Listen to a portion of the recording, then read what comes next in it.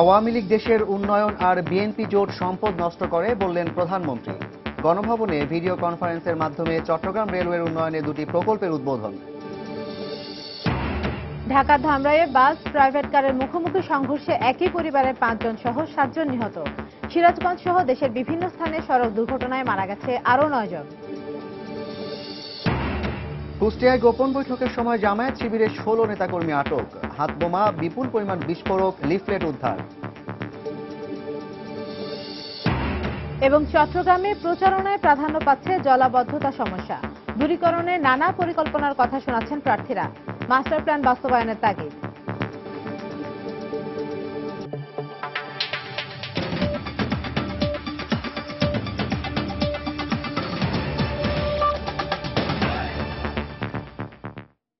বাংলা সময়ের সঙ্গে আছি আমি জাফর সাদিক এবং আমি ইশরাত জাহান।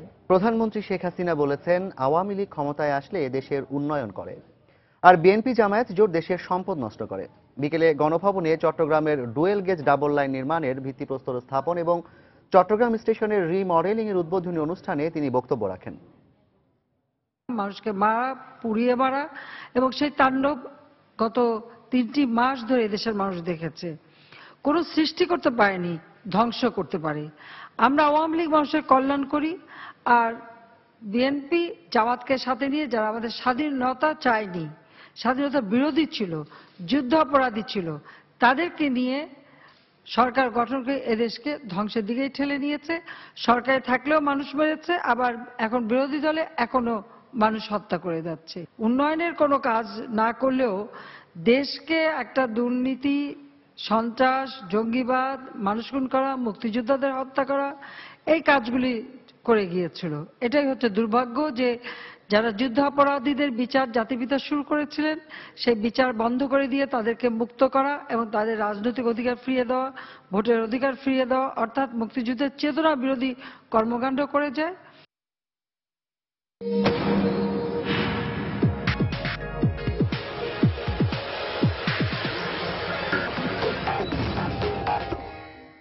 চট্টগ্রাম সিটি কর্পোরেশন নির্বাচনের প্রচারণায় প্রধান বিষয় হয়ে উঠেছে জলাবদ্ধতা।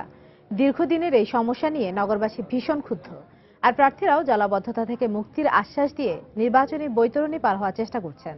এক্ষেত্রে বিএনপি সমর্থিত সাবেক মেয়র এম মঞ্জুর আলমের ব্যর্থতা তুলে ধরছেন আওয়ামী লীগ সমর্থিত প্রার্থী আজম নাসির, আর নতুন করে আশার বাণী শোনাচ্ছেন মঞ্জুর আলম। অপরদিকে জলাবদ্ধতা নিরসনে মাস্টার প্ল্যান বাস্তবায়নের উপর গুরুত্ব দিচ্ছেন নগর বিশেষজ্ঞরা। ইশতেহারে উল্লেখ থাকবে কিভাবে জলাবদ্ধতা দূর করে, বিস্তারিত থাকবে। আর এমনি সিনাপসি জায়গায় তো বলবো যে জলাবদ্ধতা ইনশাল্লাহ আমি 5 বছরের মধ্যে মাননীয় প্রধানমন্ত্রী শেখ হাসিনার সহযোগিতা নিয়ে দূর করব। আমরা জলাবদ্ধতা নিরসনে যে উদ্যোগ নিয়েছি, সেই জলাবদ্ধতা থেকে জলজোটে এনেছি। আমরা আমাদের উদ্যোগটা অব্যাহত থাকবে। প্রতিশ্রুতিগুলো যতটুকু তারা দেয় সেটা যাতে প্রতিশ্রুতি খাতায় বা একটা পৃষ্ঠায় যাতে লিপিবদ্ধ না থাকে। বিগত যিনি মেয়র ছিলেন তার কাছ থেকে অনেক কিছু আশা করেছিলাম এবং উনি জলাবদ্ধতা নিরসন করবেন বলে আমাদেরকে ওয়াদা দিয়ে আমাদের কাছ থেকে ভোট নিয়েছেন, কিন্তু ওনার কাছ থেকে আমরা সেই পরিমাণ আমরা কাজ আমরা পাইনি। প্রধান সমস্যাটা এটা হচ্ছে জলাবদ্ধতা। এটা জলাবদ্ধতার নিরসনের জন্য অনেক মেয়রে অনেক প্রতিশ্রুতি দিয়েছে। আমরা এমন একজন মেয়র চাই যার মাস্টার প্ল্যান সম্পর্কে আইডিয়া থাকবে, যে মাস্টার প্ল্যান অনুযায়ী কাজ করবে। মহিউদ্দিনের আমলও ছিল এবং মঞ্জুর আলম মঞ্জু ওনার আমলও ছিল। এখন সামনে কতটুকু হবে এটা আমার কোনো নিশ্চয়তা নেই। উনি কোনো আন্তরিক উদ্যোগ গ্রহণ করেনি, কোনো পরিকল্পনা গ্রহণ করেনি, ওনার সদিচ্ছার অভাব ছিল। কারণ এইখানে জলাবদ্ধতা দিনের পর দিন প্রকাট আকার ধারণ করেছে। আমরা নতুন করে কয়েকটি খাল আমরা খনন করতেছি। নতুন একটি খাল এটা আমরা করি নাই, এটা 293 কোটি টাকা ব্যয় হবে। একনেক থেকে অনুমোদন হয়েছে। চট্টগ্রামের জলাবদ্ধতা নিরসন হয়নি। আমি বলবো যে এটা আমাদের যারা এই দায়িত্বে ছিলেন তাদের দায়িত্ব পালনে অবহেলা। আমি মনে করি এনারা অমার্জনীয় অপরাধ করেছেন, যেহেতু ওনারা তাদের দায়িত্বটা পালন করেননি। যিনি মেয়র হবেন তার প্রথম কাজ হবে ডে 1 থেকে উনি সরকারের কাছে ডিপিইউ প্রস্তুত করে আমাদের গত ড্রেনেজ মাস্টার প্ল্যানের যেটা ফেজ 1 এবং ফেজ 2 তে যে কাজগুলি করার কথা ছিল সেই কাজগুলোর জন্য ডিপিইউ প্রস্তুত করে সরকারের কাছে টাকার বরাদ্দ চাওয়া। দলীয় নেতাকর্মীদের সঙ্গে নিয়ে উৎসাহ উদ্দীপনায় চট্টগ্রামে নির্বাচনী প্রচারণা চালাচ্ছেন চট্টগ্রামের আওয়ামী লীগ সমর্থিত মেয়র প্রার্থী আজম নাসির উদ্দিন। সকাল 10টার দিকে দেওয়ানহাট এলাকা থেকে গণসংযোগ শুরু করেন তিনি। এরপর একে একে নগরীর উত্তর পাঠানটুলি, উত্তর আগ্রাবাদ, বাইতুল শরফ সহ আশপাশের বেশ কয়েকটি এলাকার মানুষের সাথে কুশল বিনিময় করেন। এ সময় সবার কাছে তার নির্বাচনী প্রতীক হাতি মার্কায় ভোট চান। মেয়র নির্বাচিত হলে চট্টগ্রামের বিভিন্ন স্কুলের শিক্ষার মান ফিরিয়ে আনতে কাজ করবেন বলে জানান আজম নাসির।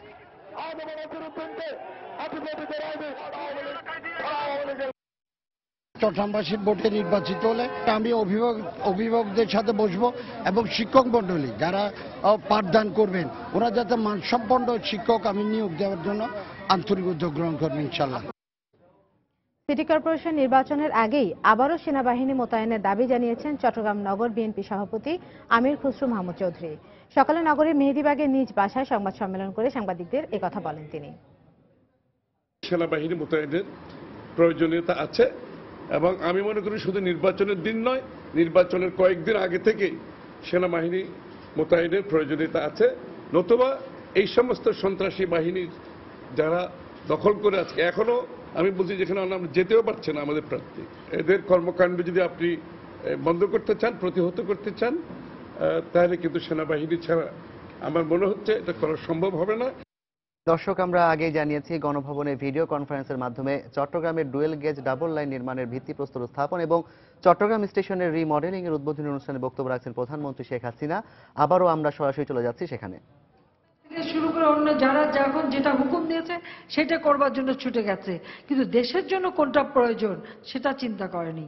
কিন্তু আওয়ামী লীগ কখনো সেভাবে চলে না। আওয়ামী লীগ জানে এই দেশ আমাদের, এই দেশের প্রতি 1 ইঞ্চি মাটিকে আমরা চিনি, এদেশের গাছপাতা ফুল ফল সব আমরা চিনি, এদেশের মাটির সাথে আমাদের পরিচয়। কাজে দেশের মানুষের উন্নতি করা এটাই তো আমাদের লক্ষ্য। কাজ তার জন্য অন্যের প্রেসক্রিপশন লাগবে কেন?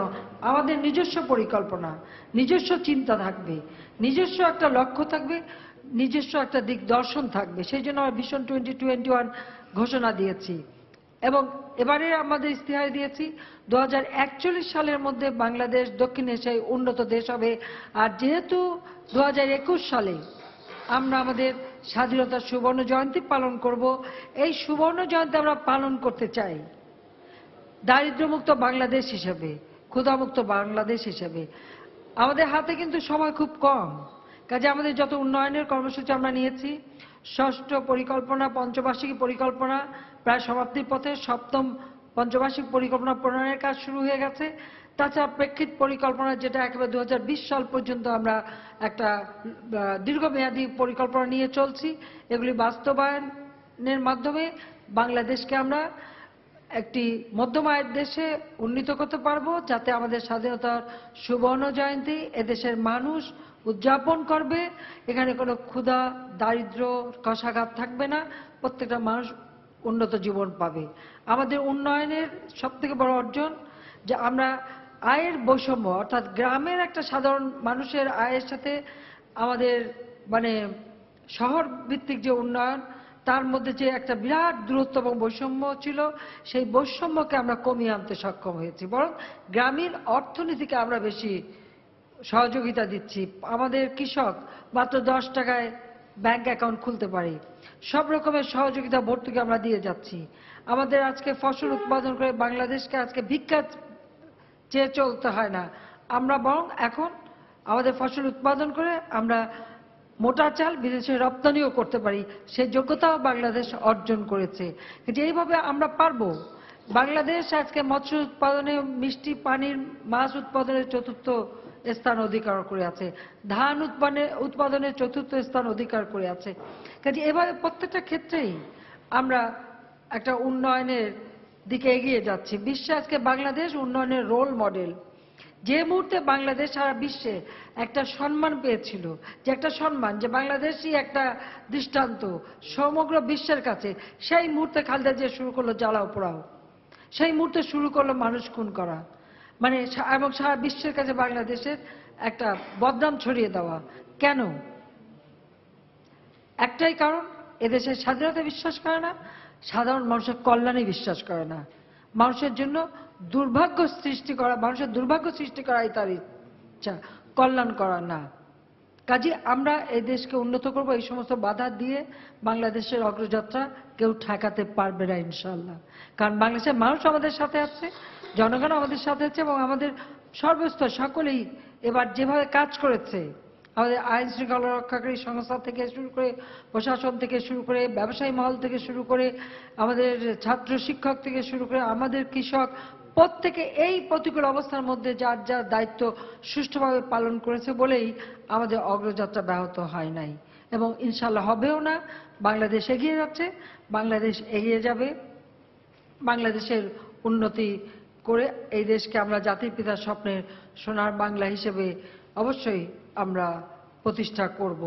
কাজে আজকে যে প্রকল্পগুলি আমরা উদ্বোধন করলাম সেগুলি শুভ হোক সেই কামনা করি। যেটা ভিত্তিপ্রস্তর স্থাপন হলো সেটা দ্রুত সম্পন্ন হোক। যদিও সময় দেওয়া হয়েছে, আমরা চাই কাজ করলে আরো দ্রুত করা যাবে, কাজে সেটাই আমরা চাচ্ছি। কাজে আমাদের আমি সবাইকে আন্তরিক ধন্যবাদ জানাচ্ছি এবং আজকে কিছু আপনাদের যদি কারো কিছু বলার থাকে আমি শুনতে চাই। কারণ দর্শক, গণভবনে ভিডিও কনফারেন্সের মাধ্যমে চট্টগ্রামের বেশ কয়েকটি প্রকল্পের ভিত্তিপ্রস্তর স্থাপন এবং উদ্বোধন অনুষ্ঠানে বক্তব্য রাখছিলেন প্রধানমন্ত্রী শেখ হাসিনা। আমরা এতক্ষণ সরাসরি শুনছিলাম তার বক্তব্য। বাংলা সময় আরো থাকছে।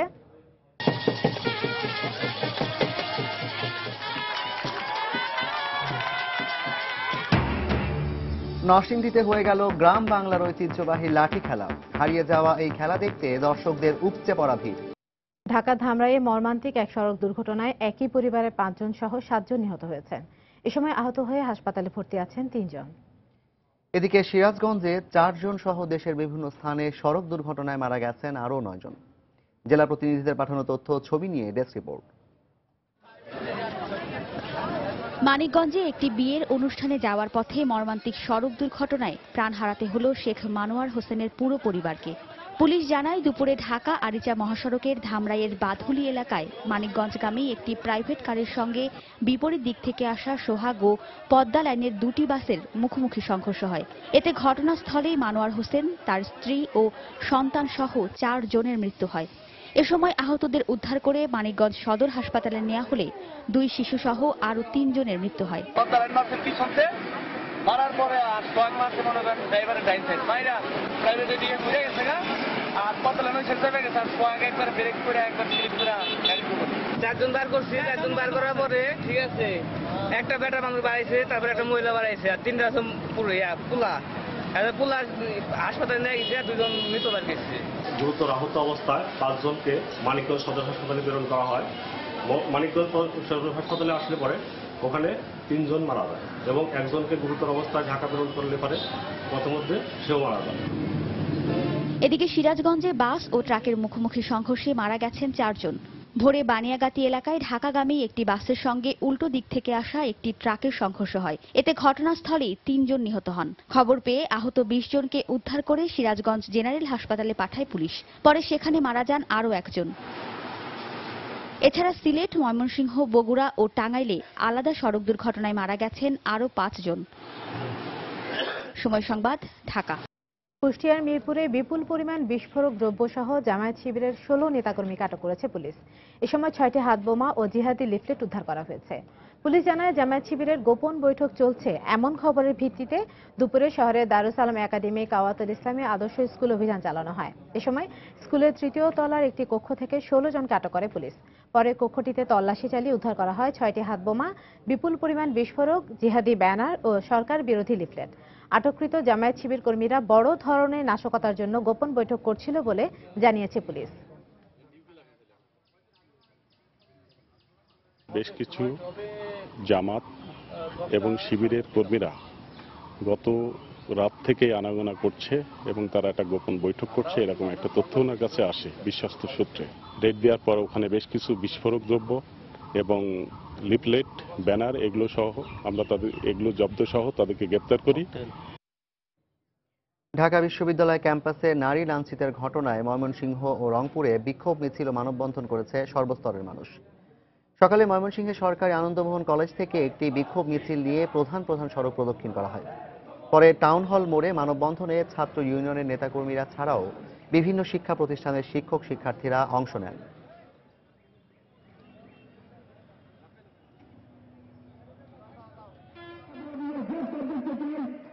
রংপুরেও সমাজতান্ত্রিক ছাত্র ফ্রন্টের উদ্যোগে স্থানীয় প্রেস ক্লাবের সামনে প্রতিবাদী মানববন্ধন করা হয়। এতে শিক্ষক শিক্ষার্থী সহ বিভিন্ন শ্রেণী পেশার মানুষ অংশ নেন। এ সময় অবিলম্বে নারী লাঞ্ছিতের ঘটনায় জড়িতদের আইনের আওতায় আনার দাবি জানানো হয়। পহেলা বৈশাখে টিএসসিতে নারী লাঞ্ছিতের ঘটনায় জড়িতদের বিরুদ্ধে কঠোর ব্যবস্থা নেওয়া হবে বলে জানিয়েছেন তথ্যমন্ত্রী হাসানুল হক। সকালে কুষ্টিয়া পলিটেকনিক ইনস্টিটিউট অডিটোরিয়ামে শিক্ষার্থীদের সাথে আলোচনা সভা শেষে সাংবাদিকদের একথা বলেন তিনি। এ সময় মন্ত্রী আরও বলেন, এ ধরনের কার্যকলাপের মধ্য দিয়ে নারীদের সাংস্কৃতিক কর্মকাণ্ডে বাধা দেয়া মূলত জঙ্গি ও তালেবানদের চক্রান্ত। নারীদের লাঞ্ছনা করার দুষ্কর্মের সঙ্গে যারা জড়িত, সেটা রাষ্ট্র এবং সরকার কঠিনভাবে এটাকে দমন করবে। যুদ্ধ অপরাধীদের যে দৃষ্টিভঙ্গিকে আমরা দেখে কঠোরভাবে বিচার করছি, নারী লাঞ্ছনাকারীদেরকেও আমাদের কঠোরভাবে বিচার করার পদক্ষেপ নিব আমরা। এই ধরনের ঘটনা যারা ঘটাচ্ছে কার্যত জঙ্গিবাদ এবং তালেবানি চক্রকে সাহায্য করছে। ফরিদপুরে আওয়ামী লীগের প্রেসিডিয়াম সদস্য কাজী জাফরুল্লাহর পথসভায় গুলির ঘটনা ঘটেছে। এতে ভাঙ্গা থানার ভারপ্রাপ্ত কর্মকর্তা নাজমুল ইসলাম সহ গুলিবিদ্ধ হয়েছেন অন্তত 7 জন। পুলিশের প্রত্যক্ষদর্শীরা জানান, সকালে ভাঙ্গা উপজেলার কাউলিয়া ইউনিয়নের মুন্সিবাড়ি এলাকায় একটি ব্রিজের ভিত্তিপ্রস্তর স্থাপন করতে যান তিনি। এ সময় এক পথসভায় হঠাৎই কাজী জাফরুল্লাহর সঙ্গে থাকা নেতাকর্মীদের সঙ্গে গ্রামবাসীর কথা কাটাকাটি হয়। এক পর্যায়ে সেখানে শটগানের গুলি ছোড়া হয়। এ সময় ভাঙ্গা থানার ওসি নাজমুল ইসলাম সহ 7 জন আহত হন। আহতদের ফরিদপুর মেডিকেল কলেজ হাসপাতালে ভর্তি করা হয়েছে। ভাঙ্গা থানার ওসি নাজমুল ইসলাম জানান, পথসভা চলাকালে অসাবধানতাবশত শটগানের গুলি বের হলে ঘটনা ঘটে। তবে সেখানে ভাঙ্গা উপজেলা আওয়ামী লীগের সহসভাপতি দীপক মজুমদার শটগান সহ উপস্থিত ছিলেন বলে জানিয়েছে পুলিশ। তবে তার বন্দুক থেকে গুলি ছোড়া হয়েছে কিনা এ ব্যাপারে এখনও নিশ্চিত হতে পারেনি পুলিশ। উদ্বোধনের সময় স্টেজে আলাপ আলোচনা শুরু হয়েছে। এর মধ্যে সাইডের রাউজ আমার ওই আয়া লাগলো। লাস্টটা হয়ে গেছে, তারপর তো রক্ত আমার পাশে ছিল, মনে করেন সাথে গায়ে বিভিন্ন জায়গাতে তাদের ঢুকছে, স্প্রিংকলার ঢুকছে। এখন এটাও ভিতরে একসাথে অনেক আছে, যার কারণে এটা সম্বন্ধে বেশি কিছু বলা যাবে না। মিটিং করে যেটা মিসফায়ার হয়েছে, এই মিসফায়ারটাই ওই 5-6টা লোকের গায়ে লাগছে, আর ওখানে স্পিকার আমার বাম ফোল্ডার এসে লাগছে। দীপক মজুমদার হচ্ছে জেলা আওয়ামী লীগ সদস্য এবং থানা আওয়ামী লীগের ভাইস প্রেসিডেন্ট। উনি সরকার নিয়ে মিটিং করে যে বসা ছিল, এগুলো নড়াচড়া করতে ফট করে গুলি বেরিয়ে গেছে। এই অ্যাক্সিডেন্ট আছে। বিজেপি ও বিএসএফ এর মধ্যে পতাকা বৈঠকে সীমান্তে হত্যাকাণ্ড শূন্যের কোটায় নামিয়ে আনার বিষয়টি সবসময় প্রাধান্য পায় বলে জানিয়েছেন বিজেপির মহাপরিচালক মেজর জেনারেল আজিজ আহমেদ। সকালে দিনাজপুর বিজেপির সেক্টর 2 ব্যাটালিয়ন আয়োজিত সংবাদ সম্মেলনে তিনি এই কথা বলেন। এ সময় গত এক সপ্তাহে সীমান্তে 4 বাংলাদেশি নিহতের ঘটনায় প্রতিবাদ জানিয়ে বিএসএফকে চিঠি দেওয়া হয়েছে বলেও জানান তিনি। প্রত্যেকটা মিটিংয়ে কিন্তু এই সীমান্ত হত্যা বিষয়টাকে একটা সিরিয়াস কনসার্ন হিসেবে কিন্তু আমরা উপস্থাপন করি, এবং এটা যে কমিয়ে নিয়ে সে শূন্যের কোঠায় নিয়ে আসার জন্য আমরা তাদেরকে বারংবার এই বিষয়টা আমরা তুলে ধরি। গত এক সপ্তাহে যে 2টা ইনসিডেন্টে 4 জনকে হত্যা করা হলো, আমরা কিন্তু সাথে সাথে অত্যন্ত জোরালোভাবে আমরা আমাদের এই কনসার্নটা তাদেরকে তুলে ধরেছি। চট্টগ্রাম সিটি কর্পোরেশন নির্বাচনে প্রার্থীরা নানাভাবে আচরণবিধি লঙ্ঘন করলেও দায় সারা, কারণ দর্শানোর নোটিশ ও জরিমানা ছাড়া নির্বাচন কমিশন কঠোর কোনো পদক্ষেপ নিচ্ছে না বলে অভিযোগ করেছেন সুশাসনের জন্য নাগরিক সুজনের নেতারা। সকালে চট্টগ্রাম প্রেস ক্লাবে নির্বাচন নিয়ে এক সংবাদ সম্মেলনে তারা এই কথা বলেন। অনেক ঠিকাদার তারা নির্বাচনে অংশগ্রহণ করছেন, তারা অনেকে কিন্তু সিটি কর্পোরেশনের ঠিকাদার। সিটি কর্পোরেশনের যারা ঠিকাদার তারা কিন্তু নির্বাচনে অংশগ্রহণ করার যোগ্য নন। তারা একটা প্রত্যয়নপত্র নিয়ে, তারা মনোনয়নপত্র জমা দিয়ে তারা নির্বাচনে অংশগ্রহণ করছেন। এখন তারা যদি নির্বাচিত হন তাহলে কি হবে? তাহলে আমরা শিয়ালের কাছে মুরগি পাহারা দেওয়ার মতো অবস্থা হবে। হতাশার সঙ্গে লক্ষ্য করেছে যে আমাদের আহ্বান অনেকের কাছেই গুরুত্ব পায়নি, ফলে যাচ্ছেতাইভাবে আচরণবিধি, আইন কানুন ও বিধিবিধানের প্রতি বৃদ্ধাঙ্গুলি প্রদর্শন করা হচ্ছে। নির্বাচন কমিশনকে এসব ক্ষেত্রে কঠোর হতে দেখা যাচ্ছে। আগামী 7 দিনের মধ্যে রাজশাহী বিশ্ববিদ্যালয়ের উপাচার্য অধ্যাপক ডক্টর মিজান উদ্দিনকে আওয়ামী লীগ নেতাদের কাছে ক্ষমা চাওয়ার আলটিমেটাম দিয়েছে মহানগর আওয়ামী লীগের নেতৃবৃন্দ।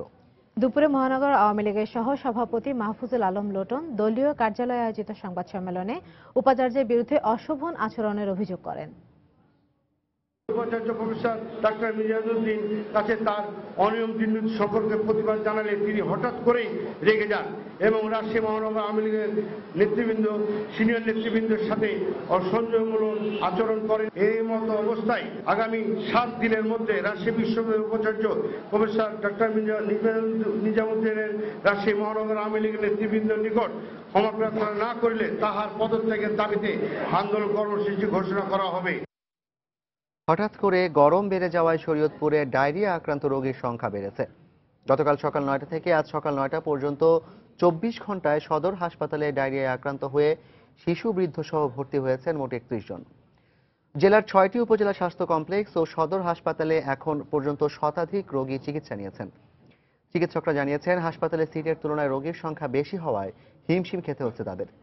খোলা বাজার ও রাস্তার পাশে অস্বাস্থ্যকর শরবত ও খাবার খাওয়ার কারণে মানুষ এ রোগে বেশি আক্রান্ত হচ্ছে বলেও জানান চিকিৎসকরা। তারা যেন পচা বাসি খাবার না খায়, অস্বাস্থ্যকর খাবার না খায়, বিশেষ করে গরমের সময় বাহিরের যে পানীয় কিছু খাবার আছে সেগুলি যেন তারা ব্যবহার না করে।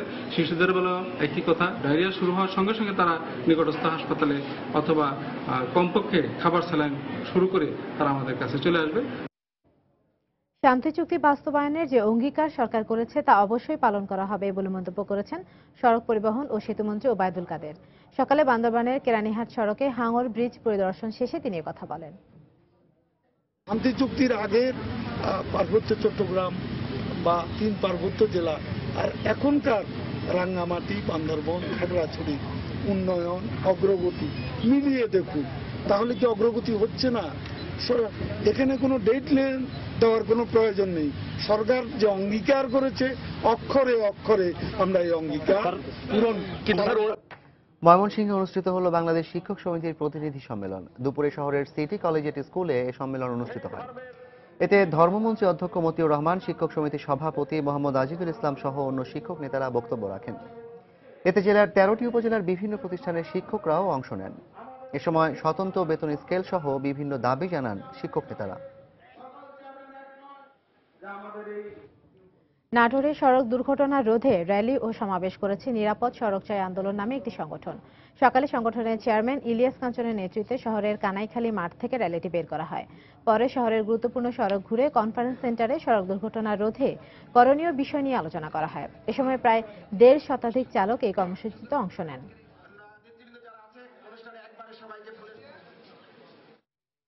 কুষ্টিয়ায় নানা আয়োজনে পালিত হলো গ্রামীণ সাংবাদিকতার পথিকৃত কাঙাল হরিনাথ মজুমদারের 119তম মৃত্যুবার্ষিকী। এ উপলক্ষে সকালে জেলা পরিষদ মিলনায়তনে আলোচনা সভার আয়োজন করে বাংলাদেশ রুরাল জার্নালিস্ট সোসাইটি। এছাড়া তরুণ প্রজন্মের সামনে তার অবদান তুলে ধরতে দিনব্যাপী কুষ্টিয়ায় বিভিন্ন অনুষ্ঠানের আয়োজন করে জেলা প্রশাসন। 1863 সালের এপ্রিল মাসে কুমারখালী থেকে হাতে লিখে গ্রাম বার্তা নামে একটি পত্রিকা প্রকাশ করেন কাঙাল হরিনাথ মজুমদার। পরে 1873 সালে এই উপমহাদেশের প্রথম ছাপানো পত্রিকা হিসেবে গ্রাম বার্তা প্রকাশ করেন তিনি। শিক্ষার জন্য আজীবন তিনি সংগ্রাম করেছেন। 1896 সালের 18 এপ্রিল মৃত্যুবরণ করেন কাঙাল হরিনাথ মজুমদার।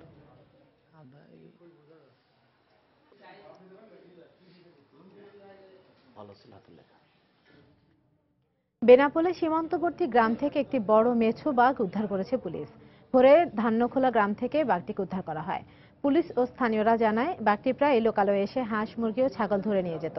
এ কারণে দীর্ঘদিন ধরে বাঘটি ধরার জন্য গ্রামের কিতাব আলী তার বাড়ির উঠোনে বাঁশ ও কাঠ দিয়ে ফাঁদ তৈরি করেন। আজ ভোরে বাঘটি খাঁচার ভেতরে রাখা হাঁস খেতে এসে ফাঁদে আটকা পড়ে। পরে পুলিশ খবর পেয়ে ঘটনাস্থলে এসে বাঘটি উদ্ধার করে নিয়ে যায়। পরে মেছো বাঘটিকে বন বিভাগের কাছে হস্তান্তর করা হয়।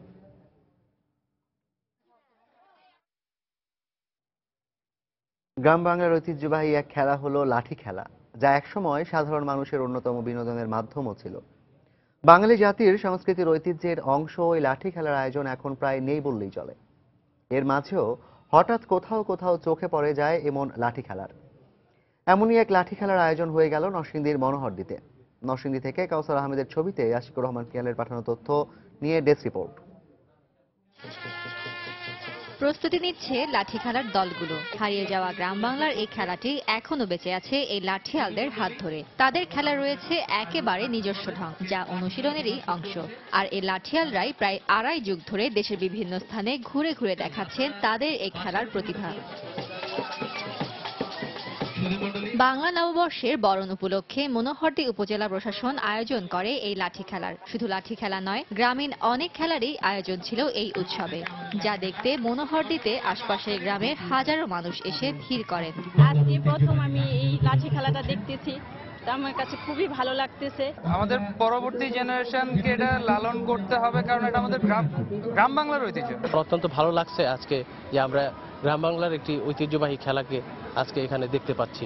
এক সময় নরসিংদী জেলায় 30টিরও বেশি লাঠি খেলার দল ছিল, যখন লাঠি খেলার আয়োজন করা হতো প্রতিযোগিতার জন্য। কিন্তু দিন দিন এসব দলের সংখ্যা কমে যাওয়ায় এখন আর আগের মতো আয়োজন করা হয় না এমন লাঠি খেলার। ক্রিকেট খেলা, ফুটবল খেলা, হাডুডু খেলা, বিভিন্ন রকমের খেলা আইসা আমরা লাঠি খেলাটা মানে একদম কমে গেছে। আগে যে সময় খেলতাম এই সময় অনেক দল আছে, কম্পিটিশন খেলছি, ভালো ভালো পুরস্কার দিচ্ছে।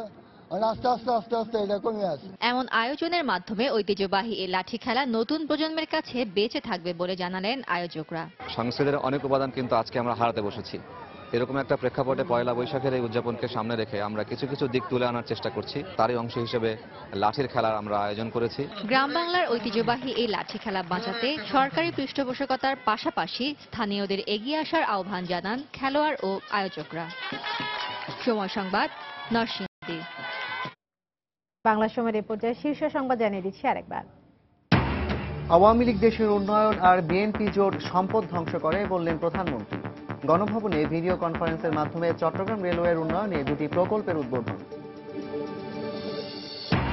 ঢাকার ধামরাইয়ে বাস প্রাইভেট কারের মুখোমুখি সংঘর্ষে একই পরিবারের 5 জন সহ 7 জন নিহত। সিরাজগঞ্জ সহ দেশের বিভিন্ন স্থানে সড়ক দুর্ঘটনায় মারা গেছে আরো 9 জন। কুষ্টিয়ায় গোপন বৈঠকের সময় জামায়াত শিবিরের 16 নেতাকর্মী আটক, হাত বোমা, বিপুল পরিমাণ বিস্ফোরক, লিফলেট উদ্ধার। এবং চট্টগ্রামে প্রচারণায় প্রাধান্য পাচ্ছে জলাবদ্ধতা সমস্যা। দূরীকরণের নানা পরিকল্পনার কথা শোনাচ্ছেন প্রার্থীরা। মাস্টার প্ল্যান বাস্তবায়নের তাগিদ। এই ছিল বাংলার সময়। যে কোনো খবর পেতে ভিজিট করুন সময়নিউজ.tv। এছাড়া এইমাত্র পাওয়া খবর আপনার মোবাইলে পেতে SMS করুন *BN লিখে পাঠিয়ে দিন 16242 নম্বরে। সঙ্গে থাকুন সময়।